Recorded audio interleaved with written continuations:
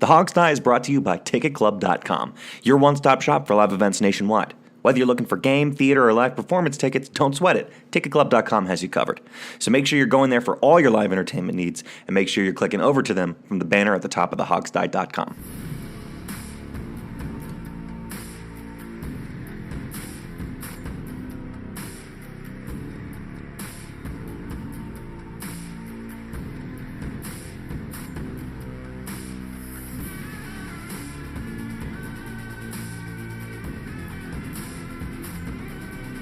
By fans, for fans, the Hog Style. And now, here's your host, Sean Conti. Hey out there in Hogstye Nation, this is not Sean Conti reporting to you, but it's Alex. We're doing a Hogstye late night on a Sunday night because, well, people's schedules on the weekends actually became weekends of scheduling conflicts. So, I got Sean out, I have Steve with me, and I have Jamal with me, though. So 3 out of 4 ain't bad, right, guys? Yeah, it's not bad. I mean, the Hogstye late night shows sometimes are the best shows. Depends on what kind of mood everybody's in. Because we've had some stinkers late night, but we've also had some really great shows. Well, the late night shows post-game, where we've just gotten our butts kicked, and it's midnight, like Monday night, are never good. yeah, those are never good, because I'm usually way too inebriated and tired, and that's not a combination you want. But I'm not like that now, because we didn't lose anything today. So not yet. That's good news. Not yet. Not yet, no. Maybe by the end of the month, when the draft comes around, we'll feel like we lost something. But that is going to be our first topic, because our poll was about what do fans want to see in round 1 of the draft. Yeah. And Steve, why don't you just kind of go through what the question was, what the answers were, and we'll go from there. Well, let's start at the beginning here. We did this last year, too. What we're going to do over the next couple weeks is we're going to do a Hogstye listener/reader mock draft of the top few rounds. We're not going to get down to round 7 because, I mean, it'd be ridiculous. But we're going to, at a minimum, do rounds 1, 2, and 4 of this. Yes. Not round 3 because that would be silly. Yeah, we don't have it. It would be a boring poll. Who do the Redskins want to draft? No one. Anyway, and so... we should do the poll and nothing. We'd probably get votes. You know, you guys are dedicated to these polls. You guys love these polls. Okay, so anyway, we're at round 1 here. So the question was, if you were in charge of the Redskins draft, who would you select at 13? If other, tell us why in a response. So the choices we came up with, what we try to do is have 4 reasonable choices. We don't put like Saquon Barkley because we know he's not going to be there. So our 4 reasonable choices in alphabetical order were Darius Geis, running back from USC, Will Hernandez, the guard, Derwin James, the safety, and Vita Vea, a defensive lineman. And before anyone says anything out there, I put James over Minkah Fitzpatrick because I think James probably has a better chance of being there at 13 than Fitzpatrick. And that was why I used James. Now, let's be honest. We have no idea who will be there, of course, but this is just us best guessing. Yeah, I mean, of course. I mean, we can't look into the future. I lost the keys to my DeLorean with the flux capacitor. So yeah. It was in the Ready Player One movie. You gave it to Spielberg for that. So yeah, Spielberg stole it. Okay, so anyway, so the choices are Geis, Hernandez, James, and Vea. So as always, what we're going to do here is we're going to try to guess what the fans think, and we're going to have everybody's going to expound on what their thoughts are. So let's start with Jamal this week. Jamal, what do you think the fans would have voted for our round 1 mock draft? Given that the Redskins have reportedly had interest in Geis, and it's been proven, they've been very interested in him based on, the dinners and the pro day meetings and all that type of stuff scheduled. I would candlelit dinners, all that type of stuff. I think that it would come down between Geis and Derwin James in terms of the fans. I think to be honest with you, they may lean Derwin. But I think Geis will finish second. But anyway, I do think that Derwin would be the person that the fans would select. And honestly, okay. I think Tell you before you go on that, let's just do this poll and then we'll talk about what we think afterwards. Because that's going to be the major topic part of this. So Jamal section. Jamal said James. Alex, what do you think the fans voted for? Well, okay, so I'm going to preface this and say that maybe some of the fans saw what DJ Swearinger wrote about drafting a defensive back in the first round. I don't know if you guys saw I don't that. see but that. What did he say? He basically went on a whole rant about you don't draft a defensive back when you were 32nd in the run stopping. Get somebody who puts his hand in the dirt. If you're the Washington Redskins, you draft defensive backs no matter what, each and every year. Well, yeah, I realize that, but it was very interesting how passionate he was about not drafting a secondary guy. In other words, please don't take my job. kind of that. I would say that the fans went Vea, defensive tackle. We know our fans have a obsession with finding fat boys to play defense. Yeah, I mean, my God, I mean the guys in the comment sections of our posts, yeah, they've lost their minds over Vita Vea. I mean, you think the man is has been sainted by the Pope or something at this point? He's 400-pound Jesus. 400-pound Jesus. Okay, well, as it turns out, Jamal was right because Jamal is always right because Jamal cheats at these polls. Oh no! By a vote of 44%. And we got pretty good participation in this poll again, so thank you very much. But Derwin James is officially drafted in the Hogstye Listener Mock Draft. Second place was Vea, not Geis. Vea came in second by a vote of 33%. And then Geis was fourth with 19%. And Will Hernandez, poor Will Hernandez, got no love whatsoever. Only 4%. So, if I had voted... Maybe he would have gotten more love.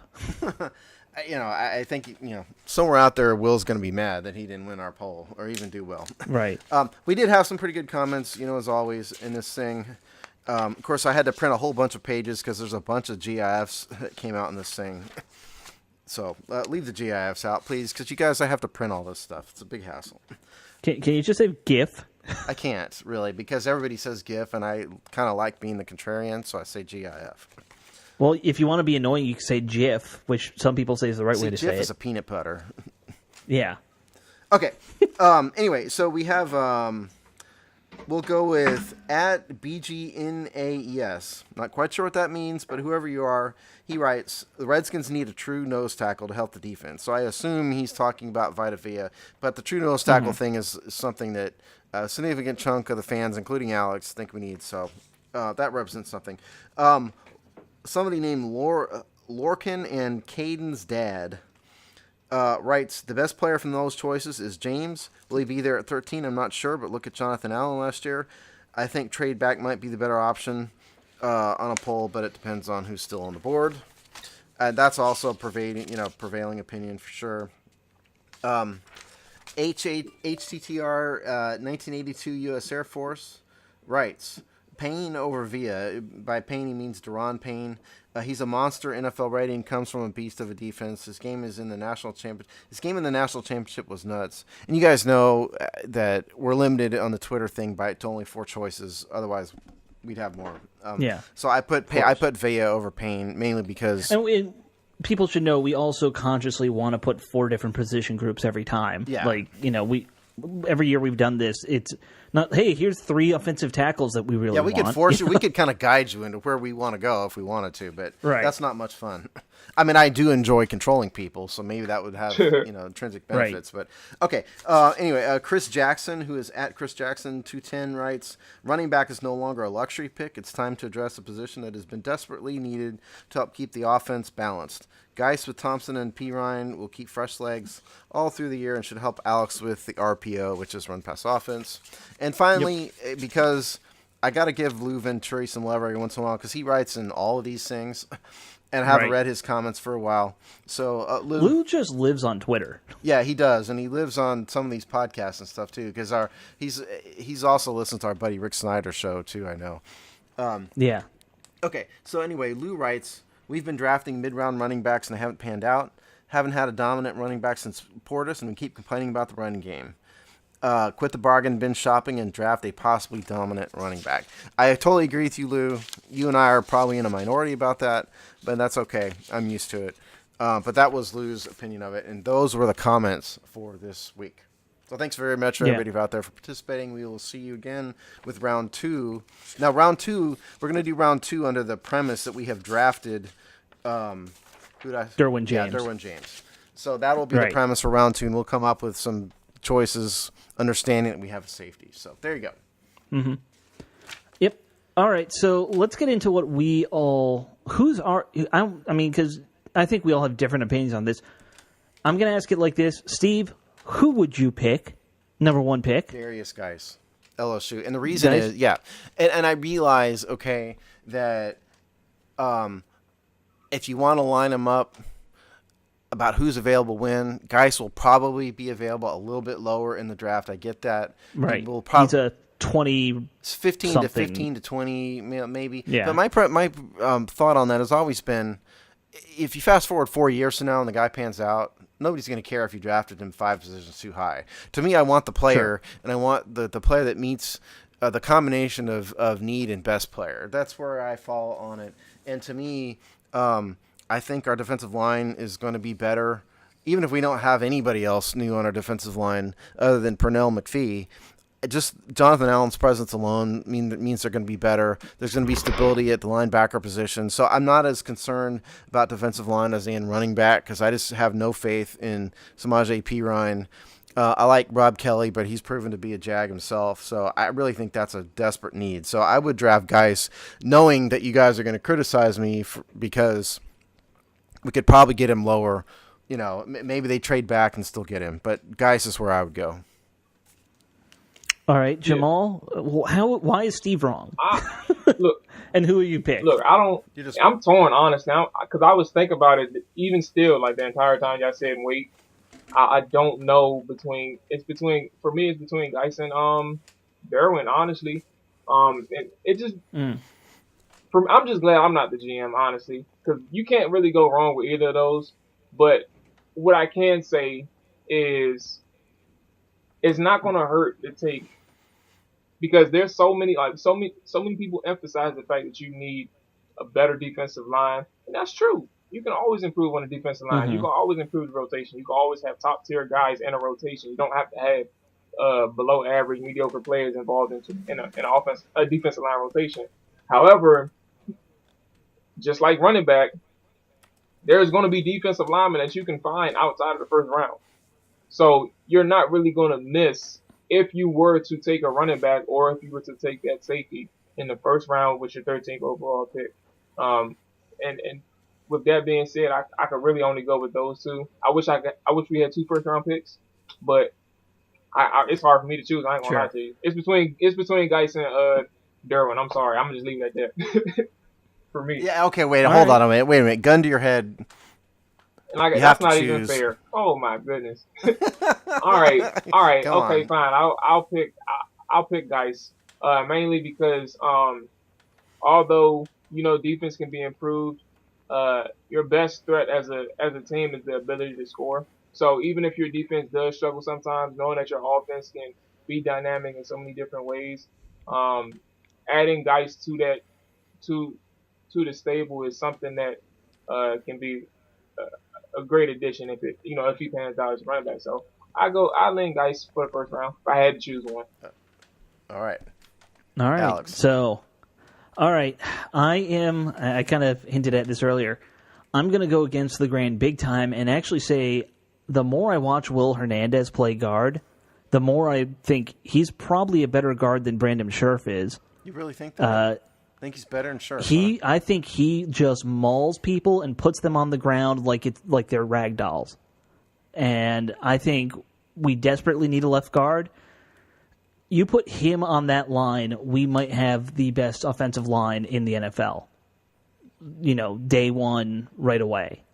It would be that much of a change from what we had last year. So, and that's going to help the run game. I think we can get a second-round running back who will be very good, like Sony or some of the other guys we've talked about in the past. I think there will be somebody there in the second round. I'm not worried about the defensive line. We'll add depth later. It's fine. It's true to say that. It's fair to be concerned about the defensive line. I don't want to poo-poo it because they were ranked 32nd in the NFL against the run. You know, my thought on it is they're going to be better because they've got guys coming back. They're going to be healthy. I think that's going to improve naturally. You know, that's my thought. But I think if you added a defensive lineman in the 4th round, that guy will contribute pretty quickly. You know, like we saw that with Matt Ioannidis his first year. He came on a little slow, but then by his second year, he was a stud. And he was, what, a 5th rounder? Yeah, 5th rounder. I think that's solely due to the fact that he's from Temple. No, look, I love my, cheesesteak-fed Temple Owls players, but I think if you know what you're looking for and you know to look for that kind of blue-collar work ethic in a lineman, guys you take later can pan out pretty easily. Yeah. They'll have that low floor or the high floor. And I'll tell you what. Go ahead, Jamal. I'm about to say, so the one thing is the only issue that I'd have with taking an offensive lineman, which would be an interior offensive lineman in the 1st round, is that the fact that it is a guard. I wouldn't necessarily take a guard so high when there's going to be. Look, think about it. You got 13. You have 12 picks before you get to your draft pick. You got 12 picks, which means the abundance of talent that will be on the board at 13. I just don't see the value there at that spot taking an interior offensive lineman because of the fact that you have that ability to get a special secondary player. If they want to do defensive line, you got that. If somehow one of the better inside linebackers fall to 13, I don't know how they feel about Roquan Smith. I'm not sure, but if one of the better inside linebackers fall to them, or edge rushers fall to them, you never know. Same thing with the offensive positions. If somehow, and I doubt it, I highly doubt it. I'm putting that on the record. But if somehow Saquon Barkley, because of these quarterback moves, fall down in range between 10 to 13, you never know what they plan on doing. So. Okay, well, if Barkley does fall down to 13, that's a different story. Well, wait a minute. I think I don't think anybody else think that Barkley's going to fall to 13, but it seems to me the better question is if he's there at like 10, 8, 9, 10, I really wonder if they ought to try to move up to get him because the guy is a generational talent potentially. I know a lot of people don't want to hear that, move up in the draft. But could you, donate, next year's 2nd round pick, for example, and move up to grab Barkley? It's a thought, I would actually make that move. Probably, I wouldn't go like our 1st round pick next year. No, but well, that would be way off the scale in the draft pick chart anyway. You're talking to move up from 13 to 8. It's worth the value of a 4th rounder, and so you got to add a little bit to that. Because it never comes out, equal, and then the value is lessens because it's 2019. So you're probably looking at 3rd round pick. I think a 3rd round pick would get it done. To move from 13 to like 8. I would make that move. Yes, for Barkley, sure. In terms of what I think the Redskins will really do, I understand what Jamal's saying, and I kind of agree with it. I think Jay Gruden will agree with Jamal. Probably. I don't think Gruden cares about building through the lines like Scott McLuhan did when McLuhan was here. That was definitely his thing more than anyone else's. Jay has talked more than once, at least twice that I can remember, that he wants impact players. And he kind of sneered at, what was it, last year? He was talking about the draft and said, we've only had 2 first-round draft picks, and one of them was a guard. Talking about Brandon Scherf. And I know we know he loves... And he was also complaining about how... Doxson didn't play at all. Yeah, And so I think if Jay had his druthers, and it's not Jay's call, it's Bruce Allen's call, but if Jay had his choice, I think Jay would draft the impact defensive player or the impact or the ball handling offensive player. I think that's what Jay would do, and so I think with that influence, I think Jamal is right. And Will Hernandez, I have a hard time picking him at 13 because he's kind of he's probably a back of the 1st round guy, and that's a little much for me. Yeah, maybe so. That's a little much for me to draft out of order. Well, there was a rumor that came out, or I think it was J.P. Finley put this on Twitter, that he had heard that if Fitzpatrick is there I've seen that at 13, that would be the pick. That the team is 100% in on him. I don't know as how far as the pick. that's like. I'd be cool with that. I don't know how anybody can say that. I mean, yeah, sure. I mean, you draft him. I'm not disagreeing with Fitzpatrick, but I don't know how J.P. Finley can be so convinced right now that that's what the Redskins are going to do. Well, no disrespect to it's like Finley. any of these beat reporters, man. They talk to somebody, and then they report. No, it. I mean, no disrespect to Finley. I mean, I'm not saying I doubt what he heard. I just doubt that the Redskins are 100% set on anything right now. That's what I doubt. Well, I mean, where do you think they are in the draft board process? I mean, that's really what the I question think they're is. probably getting close. You know, they've been doing it for months. You know, they're probably pretty close. They've gone through a lot of the pro days or through the combine. Yeah. The scouts have watched all the film already. I mean, they're probably getting fairly close to having the draft board. I mean, I know they're still interviewing people, doing visits and stuff like that. But and by the way, about that, I did not keep track, for those of you out there, of what players have visited the Redskins, because I thought that was a lot of brain damage for something that doesn't really matter. So if any of you really want us to do that, speak up and let us know, because otherwise I'm not going to bother. So yeah. No, and we also know that the team historically, they'll interview and visit people and never draft them. Yeah, they play hide and the guy that they pick, they never talk to. They play hide the wiener with these draft visits for sure. Yeah. Yeah. Well, do you guys have anything else to talk about with the draft here? With the draft. First round, any other names that you would at least want to throw out there that you would be very... I'm actually in a point where I think that no matter what, there's going to be an impact guy there, and as long as they pick him, I'm fine with it. I think the tough one, Jamal alluded to it earlier, the tough one is what happens if one of these inside linebackers is available, like Roquan Smith. Great player, but... I mean, are we really getting the most bang for our first-round buck by drafting inside linebacker when we've got Mason Foster on a 2-year contract and we've got Zach Brown, on a 3-year contract? Yeah, right. I mean, that's true. That's you're looking for immediate contributions when you're drafting a player that high. So I get it. Yeah. Yeah. I mean, I definitely get it. I understand. So it just depends, like if they have a role already set for a player like him. Yeah, I definitely get it. Like, would it be a bang for their buck type deal? Who knows? So I don't know. I mean, it may not be beneficial to do that right now. And the other thing, about the draft before we move on, the trade back scenario. I mean, you guys know that I usually hate trading back in the first round, and the reason I hate it normally is because I want the better talent. But in this case, this is one of the very few years when I probably wouldn't be so offended by it, and the reason is, I mean, there's a lot of talent in this draft. This is a really good draft, it seems to me, and it's possible to move back a few spots, pick up another pick, and still end up with an impact player, and so if that happens, I wouldn't be too offended by it, because I don't think if we move from 13 to like 17, there's still going to be there's enough quarterbacks at the top there's going to be people that fall. They're making it top heavy. Yeah, exactly. 5-6 quarterbacks will go, and you're right. Like probably all the way back to 20, you're still going to find a very good impact player. I don't know if I'd want to about move back what you'd find at 13. Yeah, exactly. I mean, so this is one of the very few years that I'm not so totally opposed to moving back in the draft. If, for example, if your boy Will Hernandez is available and they want him, because of anything on the team, I'm far more worried about offensive guard, left guard than anything.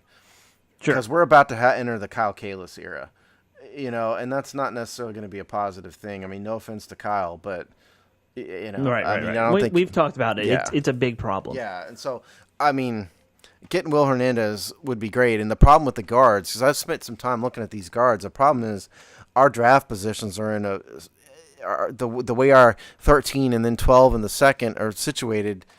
None of these guards may be available that kind of fit.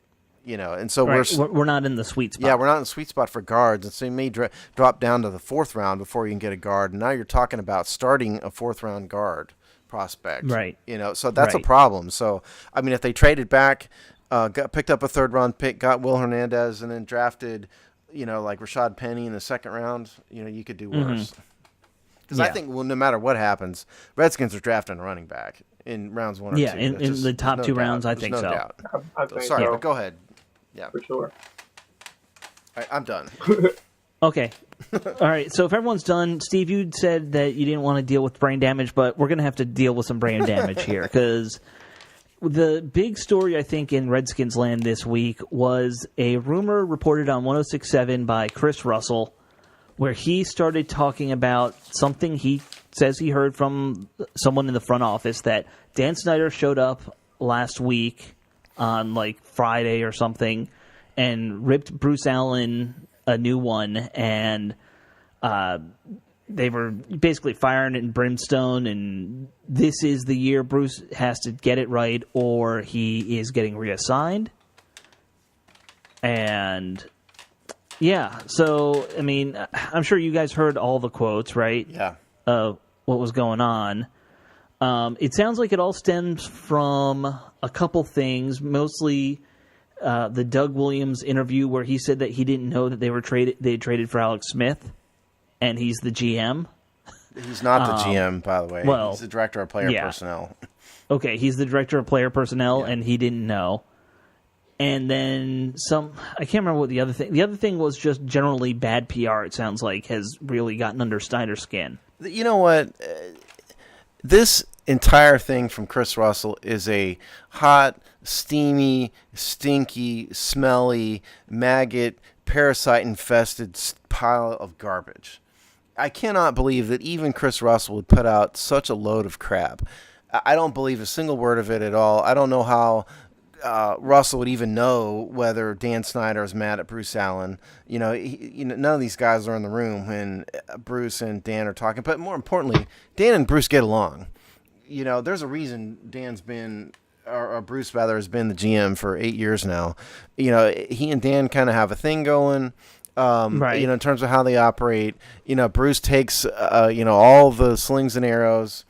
I think it's a complete bunch of garbage. I don't believe a single word of it. I think this is another one of these Chris Russell, let's get attention things. Because, Chris has put out a lot of junk over the years. He's put a lot of things that are completely and totally wrong and have no basis in reality whatsoever. And I think he's also gotten things right, though, over the years. Yeah, but I think his batting average would not get him in the Baseball Hall of Fame, okay? No, probably not. He's probably hitting sub 500 in terms of not even that much. Yeah. So I don't believe a single word of it. I don't know how you guys think, but I think it's complete garbage. So here's one thing I'd say, just to add to the conversation, and I won't necessarily say the person's name. I don't know, I have no clue. Just for the sake of I don't know if I'll get into a person into any trouble. I don't know why I couldn't spit it out. So I'll just keep the person's name. I wouldn't say the person's Go name, ahead. but they was just essentially the process into saying things like this. When it comes to reporting these type of information, when it comes to front office, upper management type of situation, something like this, you typically don't report these things. And first off, to even build these type of relationships, you have to get it from the sources directly, and even to report it.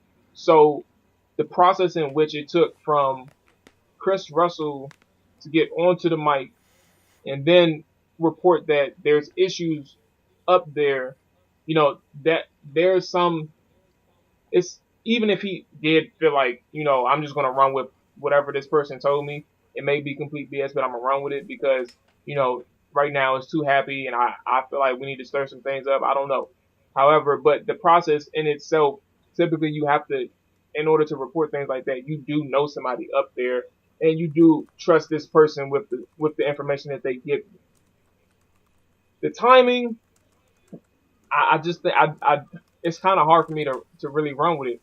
And to be honest with you, I'm not even gonna lie. I didn't even think people even paid attention to it. Because Chris Russell to the news that Chris Russell said, that he, whatever it is that he reported. And I heard it, but I personally didn't even think much of it. It's what is it really going to do? Bruce Allen's still going to be here, even if that was the case. Bruce Allen isn't going anywhere. So, I was just kind of confused initially, but at the same time, it's what is your purpose? I didn't really understand the purpose behind it. And even if you did hear it, do you really think that something's going to come out of it? So, yeah, I just wanted to put that out there in terms of the process and why he would report it. He definitely heard it from a person that he felt was credible, and he felt confident enough to say Sure. it. So that's just one thing. But I really don't find too much behind it because I don't think Bruce Allen's getting fired anytime soon. I mean, here's my thing. I don't think he's getting fired anytime soon, but, and there's a big but, I also remember what happened when Vinny Serrato finally got axed. And if you remember back, not the final year of Vinny Serrato, but think back to when Vinny Serrato was there and Joe Gibbs was there. And what was Vinny's job? He was just Dan's golf buddy. And those two were every time you saw Dan Snyder, that's how he got his job. He was Right. Dan's golf buddy. That's how he got his job. But he actually was supposed to have a lot of responsibility. He just did it right, poorly. but every time you saw Dan Snyder in a photo shot, Vinny was standing right next to him. They were always hanging out together. Yeah. They were thick as thieves. And just because Bruce Allen's that guy now doesn't mean Dan won't turn on him at some point. But you know what, though? I mean, the thing is, that's what Dan Snyder does. If things get bad enough, he puts that guy in front of the firing squad for himself. Yeah, absolutely. But I think just by the nature of Bruce Allen being the son of George Allen, it buys him a whole lot more credibility with Dan than Vinny ever had. So I think it's going to take a lot more. It's just my opinion. I mean, this is not me. This is just me babbling. But I think it's going to take a lot more to get rid of Bruce than it ever did Vinny, because Dan has such a respect for Redskins history. So I think that buys Bruce a lot of credibility. And the other thing is that Bruce is very involved in the stadium stuff, and Dan does need Bruce to get the stadium. Right. And that was part of that rumor, was that Bruce wouldn't leave everything. He would just be, hey, figure out the stadium and don't do anything else. Yeah. But on to your point that it is, he is the son of George Allen, but he's also been a terrible PR-wise. This place has been a shit show for the last 8 years. Like, there has not been a smooth offseason since Bruce Allen got here. And it's all the outside of the... Well, not all outside the field stuff, but a lot of it's the off-the-field stuff.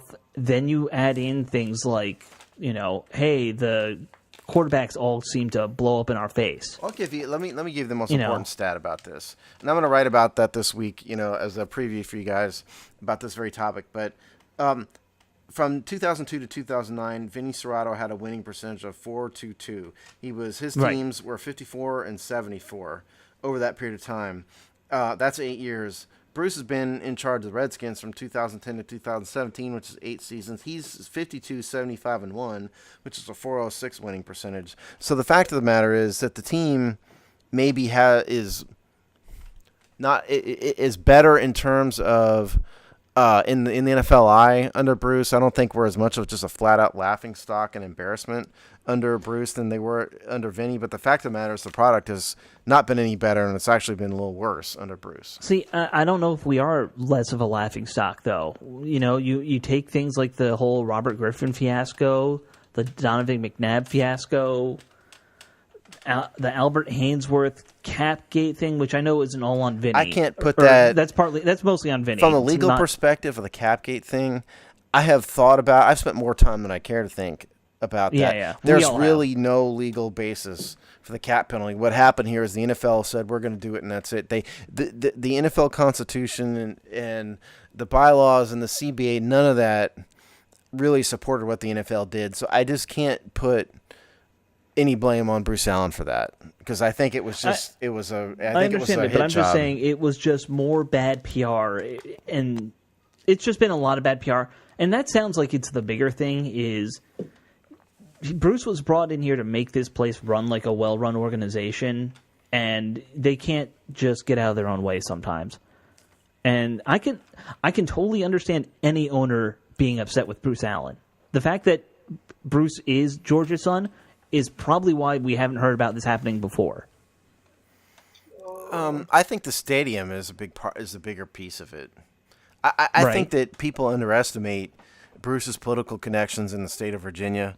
His family is. I realize that there's a Democratic governor now. I mean, I get it in Virginia, but Bruce's family is a political family, and he knows how to hobnob in Virginia. Yeah, and I agree. That's the one thing that'll keep him a job. Right. Is that I think so. If somehow that melts down in his face, then he might go down as one of the worst people in Redskins history. I don't know about that. I mean, this team has a long history of awful, okay? That's true. I don't know if I'd go quite that hyperbolically bad about it, Well, let's say he can't get a stadium deal done, and they're like just left holding the bag somehow. You don't think that's going to look bad for him? Of course it will look bad, but you said the worst in Redskins in team history, yeah. I don't know. I don't know enough about, the awful nature of the franchise in the 40s and 50s to agree or disagree. Yeah, that's true. We have to add George Preston Marshall in who this. was a racist and did all sorts of things. I mean, Yeah. George Preston Marshall was a horrible human being in many ways. So Sure. Okay, so he might not be number one. He might be in the top 10 though. yeah, top 10, sure, absolutely. Yeah. But so anyway, I mean, the whole thing about that rumor, yeah, it sucks when these things are anonymously reported. But I can totally buy that Dan Snyder might fly off the handle because it's Dan Snyder. That's my big thing. That's fair. I mean, if flying off the handle doesn't mean that he wasn't just blowing off steam. What I vehemently disagreed with is that there's any real true substance to this. Could Dan have gotten mad at Bruce and screamed at him once? Sure. I mean, I'd buy that, obviously. Right. But that doesn't mean that there's anything to it. And I just don't believe. I just flat out. There might not be anything to it. I don't believe Chris. I just don't believe Russell when he said it. That's all. Well, see, I think there's a lot of things I wouldn't trust a guy like Chris Russell about, but It's not he doesn't personal. seem like the kind of guy to Mike Wise's story and make it up. I'm not saying it's personal. I don't doubt he heard what he heard. I just think it's Okay. a bunch of crap. I'm not doubting Chris Russell's integrity.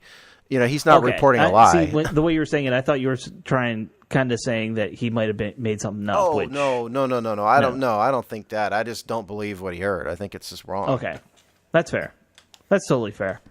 Well, let's move on, guys, to some stuff we know is actually happening. Okay. Because there actually been some moves by players. The big one this week was that the Redskins swapped picks in the 6th round with Cleveland, where we dropped back 17 spots, and we ended up picking up quarterback Kevin Hogan in this trade as well. So we basically got a third-string quarterback for more or less nothing. Alex, I want to know, have you dreamed about this? Is this moment been something you fantasized about? Not fantasized, no. But I mean, if you go back to it was probably our first year doing the show in the offseason, I said Hogan would have been a great prospect for the Redskins as a developmental pick. Yeah, you did. I really liked him coming out of Stanford. He's obviously struggled in the NFL, but he's also been with Cleveland. So I'm high on this move. I think it's good for the team. I think it's going to be good for Hogan potentially being a career backup here at some point.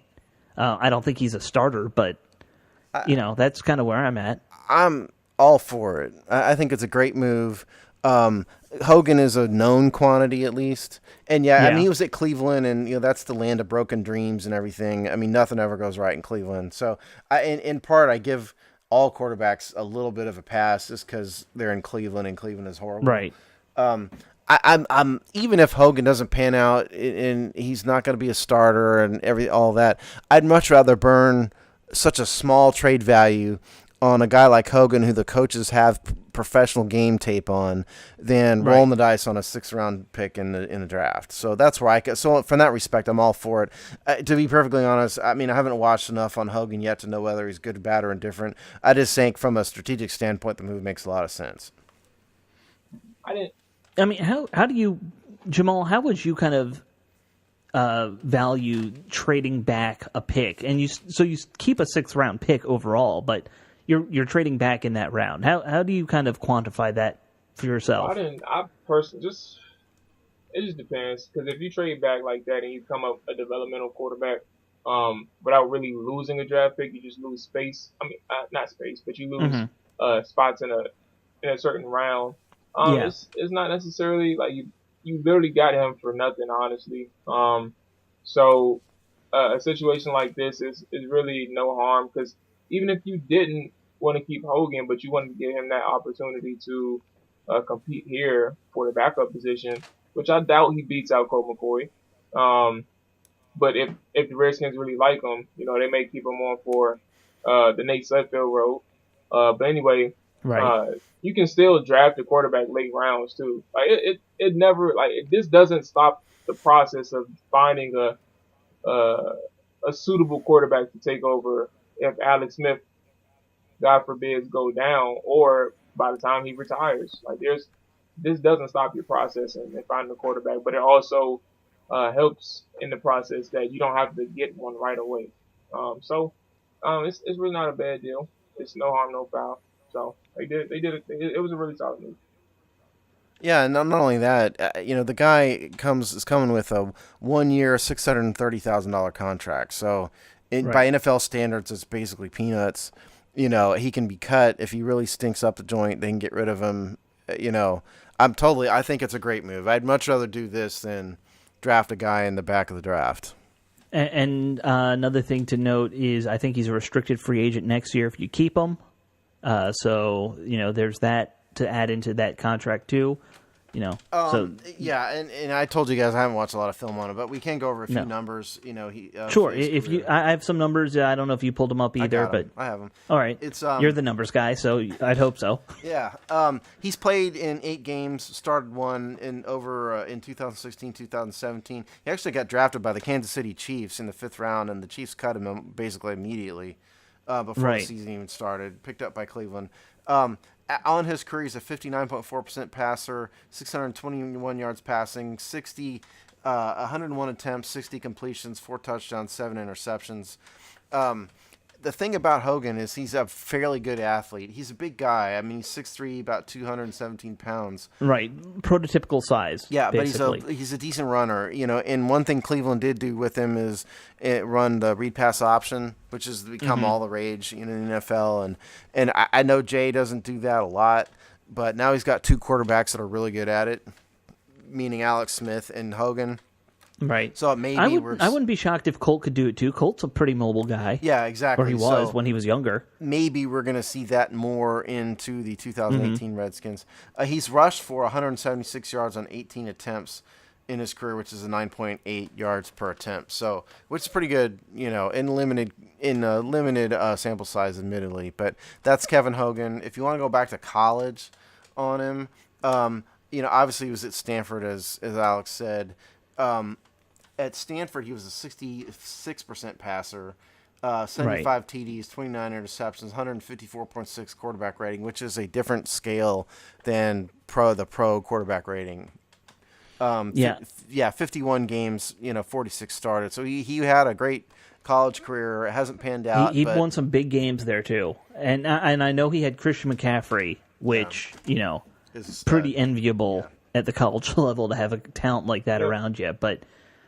They won some pretty big games, playing at Stanford for 3-4 years there. And like I said, I mean, I give all quarterbacks a pass to a certain extent just because they're in Cleveland. Like Deshaun Kaiser, I don't think was as bad as as it seemed. He got jerked around and used just horribly inappropriately by Hugh Jackson, and it's Cleveland. So. I think all things are better when they're not in Cleveland, football-wise at least. And let's also remember, for some reason they decided to play a 5th-round draft pick right away in Cleveland in his rookie year, and then again last year when they were just a complete mess. Well, just look what they've done at quarterbacks. Yeah. I mean, Johnny Manziel, Brandon Weeden. The list just goes on and on and on. I think it's at 30 now since they came back as the Browns in 90. What was that? 95. Yeah, it's just insanity. How bad the Cleveland Browns have been at quarterback. Just to put the Cleveland Browns into perspective, Bernie Kosar is their hero. Okay, Bernie Kosar never won anything, and he was a decent quarterback, but he's not exactly headed to the Hall of Fame. He is their quarterback hero. So just keep that in mind, and right. So, not counting Otto Graham, of course, who is before all our time. It goes back a long way. But in terms of the modern era, Bernie Kosar is the only decent quarterback they've ever had, basically. Yep. So. Yeah, but I hope the kid works out. He's coming back to his hometown to play for, I assume, the team he grew up watching. Well, sure. He's going to hold. That's probably definitely the team. Yeah. Well, I mean, you always have to worry about, some guys, oh, I'm from here, and he's a Cowboys fan or something. But, Let's hope you not. know, We're gonna cut. if We're we gonna find that out, I'm running him out of town. Yeah, we're gonna cut. Make sure he gets cut. Maybe Yeah. physically cut with a knife, not cut from the team. Shivved. Yeah, there exactly. Shiv. We're gonna get him. So, but hopefully he won't be smart enough not to admit that, even if that is the truth. No. Hopefully, well, he went to an Stanford's not Ivy League, but it's a very smart person school. It right? is the Ivy League of the West Coast. Right. Okay, there you go. So he shouldn't be dumb. Of course, he was a football player, and who knows? Yeah, He's not that's dumb. true. At a minimum, he's not dumb. Okay. Well, we got a Virginia boy. Let's talk about the guy from Maryland who is back with the team. Phil Taylor resigned. I said this before the show. Phil Taylor, I think he's the new Junior Gillette for the Redskins in that we all want to see him dominate, and he never is healthy. Poor Phil Taylor. Jamal, Yep. what are your thoughts on Phil Taylor? It's a no lose situation. I'll put it that way. And I say that because you get Phil Taylor back, you get him at a very cheap deal. It's a 1-year deal. You also have a guy who is coming off an injury. However, when he played last year, he looked really good.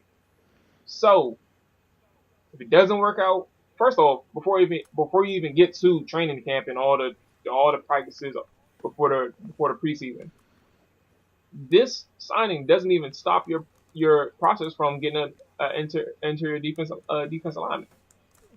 So No. even still, before you even get to the field in practices, doesn't stop your process. You can still get a defense alignment. However you see the scheme fit, however you see it, you can get whatever you need.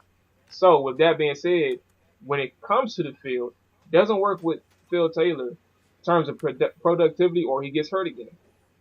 It doesn't hurt you financially. If you have to sit him out, so be it. But it's a no lose situation because the productivity that he will bring if he's healthy and able to play is something where you're like, damn, I'm so glad that we brought him back. So that's the type of player I see in Phil Taylor in the move. So it wasn't bad. It wasn't bad at all. Yeah, I mean, Phil's got a $630,000 cap hit, so it's a no lose thing. And look, I mean, he hasn't played in an NFL game since 2014. Okay, I mean, so temper expectations. He did look good in preseason last year. Before he got hurt, he was making an impact, and he was a first-round draft pick. He's for those of you who don't realize, he was a kind of a bust of a first-round draft pick. Right. He had an elite college experience and all that, but again, this is another factory of sadness thing. He was drafted by the Cleveland Browns, and what did we just talk about? All things go wrong in Cleveland from a football perspective. So I kind of give him a little bit of a pass. He did start a lot of games there. He started 42 games for him. He's been hurt a ton. So if they get anything out of Phil, that's good. But he's the type of guy, it's a high reward, low risk thing. He's got a very high ceiling, probably won't get there, but who knows? It's possible. Maybe the guy gets healthy, blossoms, and he becomes what he was supposed to be 6 years ago or 7 years ago. It's possible. It's definitely worth $630,000. Both the Taylor and Hogan, if you're thinking about it, they're very similar kind of moves where you're not going to pay these guys much money. If they work out and contribute almost anything, it's a win for you. But they're, somewhere between the 40 and the 53rd guy on your roster, and that's fine, because you're not overpaying them. Yeah. Am I right? Yeah. I mean, and Taylor's even a much higher ceiling than Hogan, because Hogan's not going to start. Sure. Hogan's never going to start. If Hogan starts, there's a serious problem, going on. But if Phil pans out, listen, he could end up being a big time player. If the stars aligned, at least it's possible. I'm not saying that's even likely or anything, but it's possible. So I think Phil is. It's less of a risk and it's a higher reward than Hogan. Yeah, I think that's fair. I mean, Hogan, any reward you'd see would be years down the road, probably. So, that's totally fair. Exactly. So let's talk about one kind of sad note. We're not going to focus on it too much, obviously, but one of my personal favorite players, Will Compton, has now gone to Tennessee. Much maligned by most fans in his time here. But just a guy who I always kind of thought was gritty, blue-collar. But now he's in Tennessee, so he'll have an actual blue-collar. So, you know. And Will Compton's one of the few players that has insulted the Hogsty, and so I respect him in a weird way for that.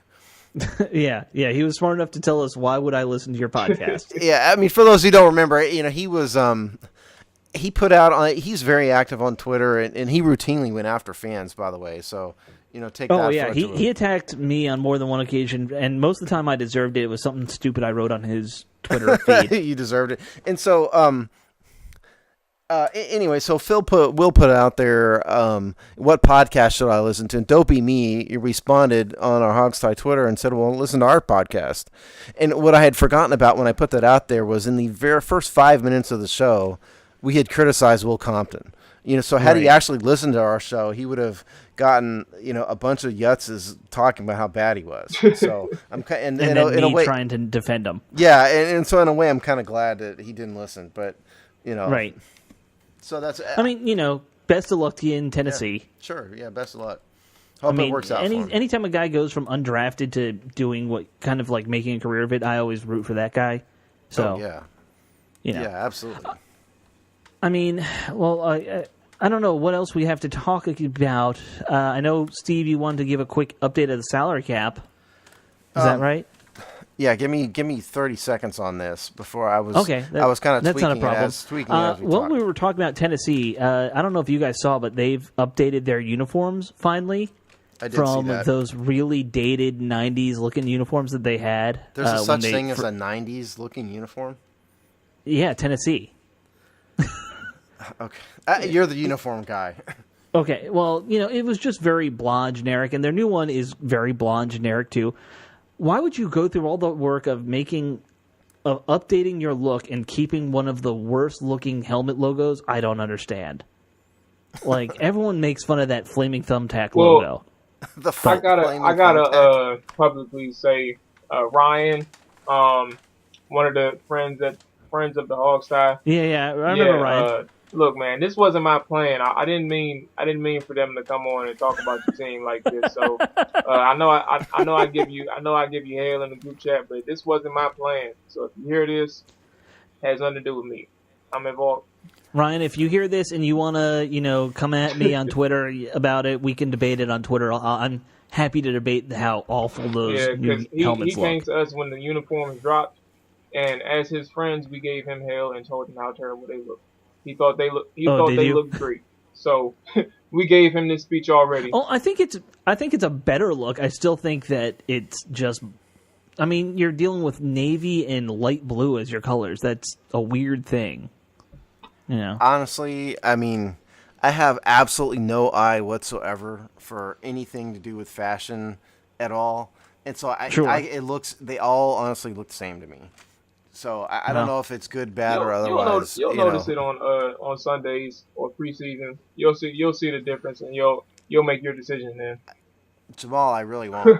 I'm telling you, I have no eye for it at all. Okay, what about when you see those weird Jacksonville Jaguars helmets with the black in front and gold in the back? It looks fine to me. I mean, it has no effect on me whatsoever. It really doesn't. I don't care about that kind of stuff. I'm the type of person that will grab the first shirt my hand hits in the closet, no matter what it is, and wear that. That's me. Okay, I got a funny story about this from my grandfather, because he was that kind of person. It was right after he and my grandmother got married. He was getting dressed to go to work, and she was still asleep, and he just hears, "They don't match," as he's getting dressed. And he looks over, her eyes are still closed. She's still asleep. He's like, what? And she's like, "That shirt and the pants don't match." He's like, "How do you know? You have like an eye thing covering you." She's like, "I know what was on top of your drawer. They don't match." Oh, that's terrible. See, that's me. I'd get along with your grandfather. But okay, we've vamped long enough here. Salary cap wise, this is a little bit of an estimate because I'm still kind of tweaking some stuff. But if you add in Phil Taylor, and Kevin Hogan. And I think Pernell McPhee, since the last time we talked about this, with all the moves added in, what we're looking at here is about $178.7 million spent, which would mean that there's about $17.5 million in remaining space prior to the rookies. And the rookie pool adds about $7.1 million, and then you subtract about $2.6 million for the rule of 51 savings. So after you do all that, what we're looking at is about $13 million in free available space. And so if you figure that the Redskins will want to keep a couple million available in case something strange happens and they can sign some players, you're looking at about roughly $10 million that they could spend in player acquisitions and still be okay. Now, the thing about that is I wrote about this last week. This is on our website on the salary cap update. I think part of what's going on here is that the Redskins know they need to re-sign Brandon Scherff. They know they need to re-sign Preston Smith coming up, and Jameson Crowder also. So the more money they spend this year, the less they're going to have to spend on those guys next year, and maybe Scherff this year, depending on what kind of structure. Because they could theoretically change the last year of his contract, this year if they wanted, I guess. But point is, if they spend every dime this year, they're going to have no money next year because there's more money obligated next year than there was this year already. So there's going to be a serious salary cap problem if they spend every dime, and that's probably why if you guys think they're being cheap. They're really not. What they're doing is they're planning for Scherff, Smith, and Crowder. So right. And that is the one thing we've heard consistently about Eric Schaefer and Bruce Allen is they are always thinking 3 moves ahead when it comes to salary cap. Yeah. That is probably their strongest thing that those two do. Which it's better than the whole Vinny Serrato era where we were always in salary cap hell at the beginning of every offseason. Yeah, Bruce fixed that. You got to give Bruce Allen credit. Like, for example, what I'm talking about here is the Redskins already have almost $167 million obligated next year already. Yeah. And that's without any rookies. It's without any moves or anything. They had less than that obligated when we went into this offseason. So, the cards are stacked. And so if you figure the cap's going to grow by about $10 million next year, throw in, say, $2 or $3 million in rollover cap, there you're looking at about $20 million roughly maybe available, but you add Scherff, Smith, and Crowder to that, and there's going to be very little left over. Plus, that is part of why I wonder about the whole Hogan being here and Colt might have to be out because saves you $3-4 million. Well, Colt is on the last year of his contract, right? And so Colt they may not re-sign Colt for that reason if that's what you're getting at. That's what I'm getting at. Yeah. I like Colt McCoy as a backup, but sometimes you got to play money ball. Yeah, and he has a $3.6 million cap hit this year. Yeah, and he's not going to sign for vet minimum next year. No, he'd want a raise of some amount. Right. And do you want to spend $3.6 million, or do you want to roll the dice on Kevin Hogan this year and see if he can take over? Yeah. Yeah, that's kind of what I mean. I wrote a whole for our listeners. I wrote a whole column about why we need to draft a quarterback this year. And now that we traded for Kevin Hogan, I finished it the day we traded for Hogan. Yeah, we didn't actually publish that column, so we'll get to it. No. We will never publish that. Now I spent an hour on something for nothing. That's true. Yeah, it was all about drafting quarterback. But listen, the other thing is people forgetting is that. We also have Stephen Morris. I don't want to make too big of a deal about Stephen Morris, but he did. He was at University of Miami. He played for the Colts last year or the year before. Yeah, he was with the Colts. So he has some talent, and he has some. He's got some potential. So I wouldn't just completely poo-poo the idea of Stephen Morris either, because he had some success, in college. No, if one of those two guys pans out and can be a backup for 4 years for us going forward for cheap, that would be great. Yeah, Morris passed for 7,900 yards in college, so take that for what you will. At Miami, that's not like at some no-name school either. Yeah, he's not going to be Peyton Manning or anything, but I think he's maybe a little bit better than just your standard Joe average camp arm. Sure. So, Steve, quick question. Yeah. Do you know offhand how many guys we have signed to the roster at this point? Well, weirdly enough, I do, because this is one of the things that I track on my massive spreadsheet. Sure. So by my count, we have 73 currently 73. on the roster. Yes. And we need to get up to 90 at some point. Wait, so yeah, let me make sure that old Phil was counted, because my So it might be 74, but we have Give me a second. 15-ish slots available Yes. for the draft picks and post-draft. Okay, that didn't count more. So there's 74, because that didn't my Okay, so counting thing came off because of Taylor on the spreadsheet. So that's 74. potentially our 8 draft picks and then 8 unrestricted free agents afterwards. And but some of these guys on the roster now are going to get cut to make room for other That's people. So Well, once we get into the 80s, yeah, of course. yeah. Yeah, I mean, so they're really in good shape in terms of building at this point. They are in good shape. Just need a guard. Desperately need a guard. That's all. Desperately need a guard. Yeah.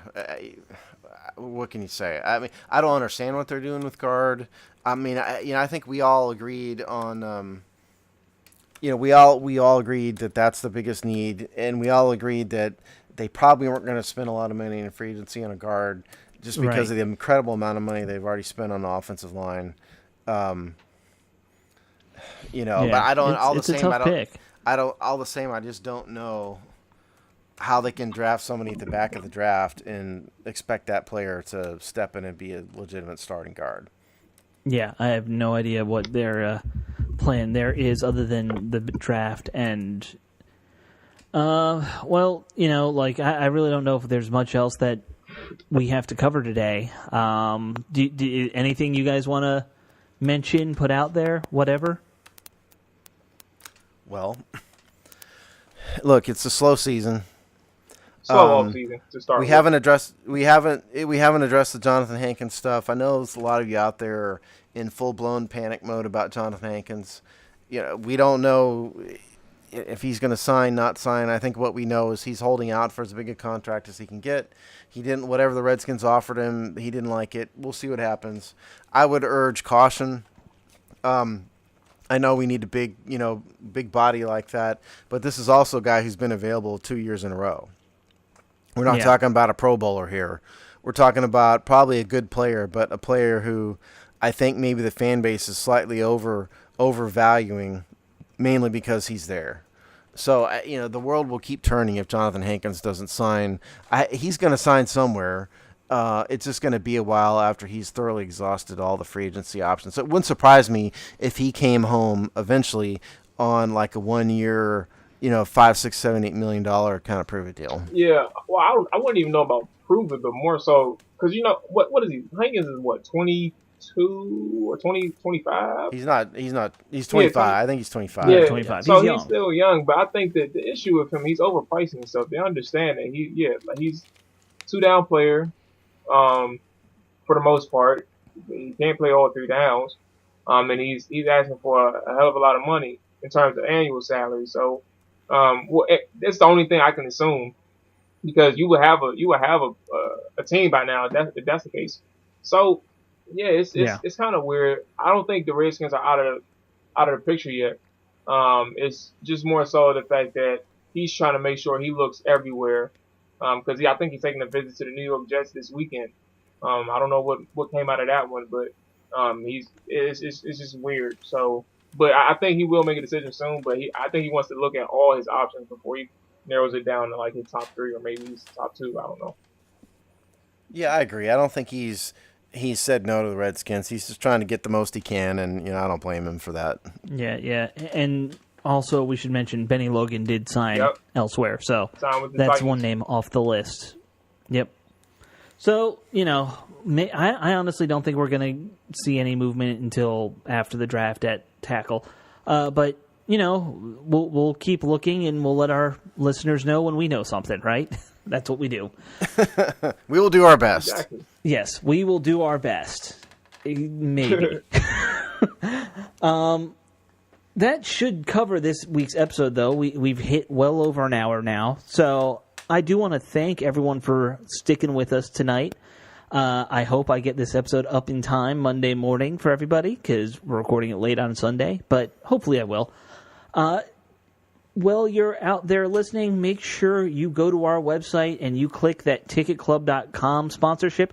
And actually, don't just click on the sponsorship. Sign up for something, because we don't actually get any money if you just click on the link. We get it if you become a member of ticketclub.com. Also, keep checking our Twitter feed for news updates on guys like Hankins, or maybe some other signings we make, or some surprise trades we make, because no one saw them coming this week. And check out our comment section on the blog of thehogsty.com, because I've started banning people who piss me off.